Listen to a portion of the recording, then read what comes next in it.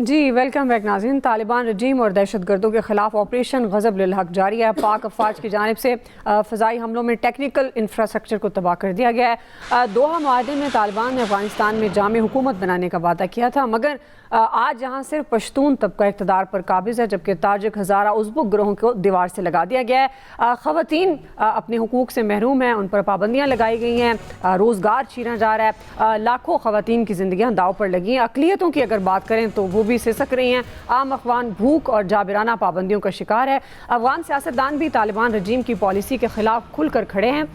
अहमद मसूद ने सच कहा है कि आज अफ़गानिस्तान की जो बर्बादी है वो बराह रास्त तालिबान रजीम के बुरे अमाल का नतीजा है। इसी पर हम बात करेंगे। आमिर साहब, आपसे आगाज़ कर रही हूँ, चूँकि अफ़गान तालिबान की जो दोहा मुआहदे की संगीन खिलाफ वर्जी जारी है, सभी तंग हैं, बाहर से भी, हमसाए भी। आखिर अफ़गान रजीम चाहती क्या है आमिर साहब? देखें, इनके पास बर्बादी के अलावा कोई नुस्खा नहीं है। वहाँ पे जो मुआहिदा करके आए दोहा में 2021 में, वहाँ पे कहा कि हम तमाम जो एथनिसिटीज़ हैं उन सबको बुरी हुकूमत में शामिल करेंगे, वसी तरह बुरी हुकूमत होगी, ख़वातीन को, बच्चों को हकूक़ देंगे। आते ही पहला काम उल्ट किया। पाकिस्तान तो इनका वकील बना हुआ था, चाह रहा था कि दुनिया के दरवाजे इन पे खुलें, लेकिन इन्होंने सबसे पहले ख़वातीन पे पाबंदी लगाई। फिर जो गैर पश्तून थे उन सब को एक किस्म का काबुल से दूर किया। जो यूनिवर्सिटियों में इसातिज़ा थे, प्रोफेसर थे, उनकी फ़रागत की, डॉक्टर्स की फ़रागत की जो नॉन पश्तून थे। फिर फ़ौज के अंदर भी कमांड जो है वो सारी जो नॉन पश्तून के पास थी वो वापस ले ली। दर्री थे, ताजिक थे, जितने भी वहाँ पे एथनिसिटी है, हज़ारा के लोग थे, किसी को कोई रास्ता नहीं दिया। और अब भी जब पाकिस्तान ने बातचीत शुरू की थी, जब ये अपने मुतालबे कर रहे थे, हम कह रहे थे कि इनको TTP को हवाले करें और आप वसी तर बुनियाद पे हुकूमत बनाएं और एक अगला ढांचा बनाएं, क्योंकि आप तो एक अबूरी हुकूमत के तौर पे आए थे। लेकिन उन्होंने एक कब्जा वाला काम किया। और अब जिस तरह से कल रात से वो एक तमाशा बना के बैठे हुए हैं, कुछ इंटरनेशनल मीडिया भी उसके अंदर शामिल है। लाशें कहाँ हैं भाई? बिल्डिंग तो सालिम खड़ी है, तो तबाह किस चीज से हुई? जो चंद किलोमीटर दूर थी, जहां पे ये ड्रोन और बाकी फैसिलिटीज, धमाका खेज मवाद था, वो मौजूद था। वो हमारी वीडियोज आ चुकी हुई, हमने दिखाई है कि हमने मारा, हम सिविलियंस की तरफ नहीं जा रहे। तो अब इनके पास प्रोपेगेंडे के अलावा कुछ नहीं रहा। झूठ बोलते हैं, रोजाना की बुनियाद पे बोलते हैं, और अपने लोगों को, असल में मसला इनका ये है ही नहीं कि आम आदमी की सेहत, तालीम या उसके जो बुनियादी जरूरियात है उस पर तो ये बात ही नहीं करते, ये उस तरफ जा ही नहीं रहे। इनको ये है कि बस हम हुक्मरान हो और हम अपने लोगों को रखें, और खवातीन की तजलील कर रहे हैं, मुसलसल बच्चियों की तजलील कर रहे हैं। ठीक है आमिर साहब, टाइम आप चूंकि कम है इस पार्ट में। जी अयाज साहब, देखिए, मसला वही है कि इसमें कोई शक नहीं कि हमारे यहाँ खुशियाँ भी मनाई गई। हमारे वज़ीर दिफा आज के वो ऑन रिकॉर्ड हैं, और हमने कोशिश भी की, हमने पूरी दुनिया से कहा कि इनके बेचारों के फंड्स खोल दो, कैसे चलाएंगे ये सिस्टम।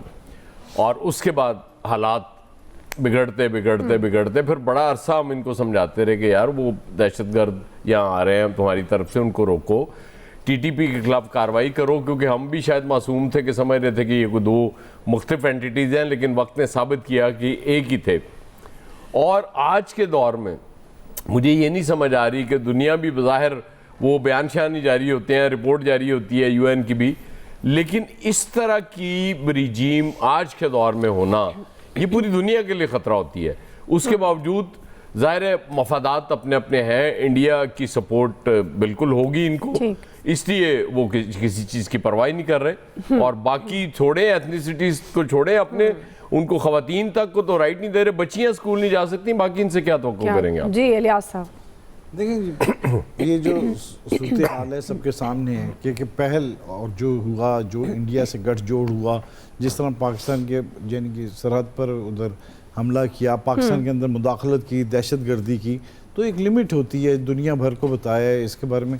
फिर इसके बाद बलूचिस्तान में मुदाखलत भारत की जानब से, तो ये भारत की जो प्रॉक्सी वार लड़ने के लिए ये इन्होंने सारा काम किया। हमारी तो इनसे जंग नहीं थी, हमने तो हमेशा इनको इनकी इक़्तिदार इनके हवाले करवाया, इनके इक़्तिसादी तौर पर इनके साथ खड़े हुए, इनकी मदद की, इनको हर चीज़ दिया। यानी कि अपना जो आधा एक रोटी आधी रोटी इनको दिया करते, जो कुछ इनको इस तरह किया, इनके लिए हर सूरत हाल हर बेहतर बनाने के लिए किए इकदाम किए, इनको इंफ्रास्ट्रक्चर बेहतर बनाने के लिए, ताकि ये गवर्नमेंट एक चला सकें, लोगों को पढ़ा सकें, ये बेहतर तरीके से काम। लेकिन उन्होंने ये चीज़ नहीं देखी, उन्होंने ये देखा कि भारत की जानब से पैसे पकड़ के और दहशतगर्दी करने के लिए अपना काम, क्योंकि भारत अपनी तरफ से तो एक कोशिश करके मुंह की खा के बैठा हुआ है, तो अब वो खुद उनको वो तस्लीम करते हैं, उनकी फौज के जो लीडर हैं, उनके कमांडर हैं, वो इस बात को तस्लीम करते हैं कि जी हम हार गए, हम नहीं कर सके, तो हमने अपनी प्रॉक्सी वार लड़ाने के लिए अफगानिस्तान को सहारा लिया। तो अब इस बात पर सब खुल के सामने आ गए, तो अब फिर पाकिस्तान अपना दफा कर रहा है, बिल्कुल उनके शहरी इलाकों में नहीं बल्कि उनके जो ठिकाने थे दहशतगर्दों के, वो उड़ाए हैं। और इस पर यह है फैसल साहब, जी ठीक है, लियास साहब पॉइंट आ गया। जी फैसल साहब, देखिए बात यह है कि तालिबान के साथ इस वक्त जो हो रहा है वो उसकी अपनी पॉलिसियों का नतीजा है। अब तालिबान में इतनी हिम्मत थी नहीं, इतनी उसके पास ताकत नहीं है, इस्तेदाद नहीं है कि वो अपनी बड़ी कुव्वत से जो है वो लड़ सके। और जब आप लड़ नहीं सकते थे तो आपको पंगा लेने की क्या ज़रूरत थी, इतनी इंतहा पे जाने की क्या ज़रूरत थी। आप हमेशा ये काम करते हैं फिर आप पिटते हैं। तो इस वक्त पाकिस्तान इस वक्त इनसे क्या बात कर रहा है? पाकिस्तान तो इनसे एक नुक्ते पर बात कर रहा है कि आप दहशतगर्दों को हमारे हवाले कर दो, वो दहशतगर्द जो पाकिस्तान के लिए खतरा बने हुए। आप कहते हैं हम नहीं करेंगे, भाई यही नुक्ता है। आज दहशतगर्दों के हवाले कर दे, कल दोनों खत्ते में अमन हो जाएगा, बात खत्म हो जाएगी। जी नवीद साहब। अच्छा दुआ, ये मेरे ख्याल में ये बातें करना कि जी वहाँ पे इंक्लूसिव गवर्नमेंट है या नहीं है, बाकी एथनिक ग्रुप्स को उसमें शामिल किया गया है या नहीं है, वहाँ पे ख़वातीन को जो है वो राइट्स हैं या नहीं है, खैर उसका हमारा अपना भी जो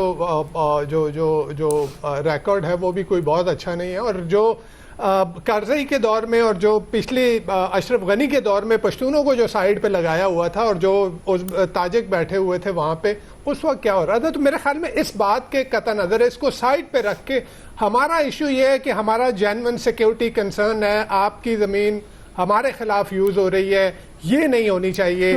बाकी हमसाया पाकिस्तान जो अफगानिस्तान के हैं, वो चाइना है, वो रशिया की लेटेस्ट उनकी फॉरेन मिनिस्ट्री की रिपोर्ट आई कि 25 से 30 हज़ार जो है वो टेररिस्ट अफगानिस्तान में मौजूद हैं।